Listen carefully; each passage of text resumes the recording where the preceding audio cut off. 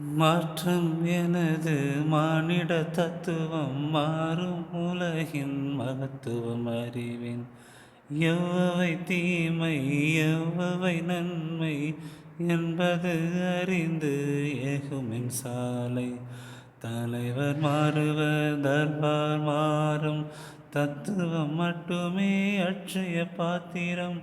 கொள்வோர் கொள்க குறிப்போர் குறைக்க உள்வாய் வார்த்தை உடம்பு தொடாது.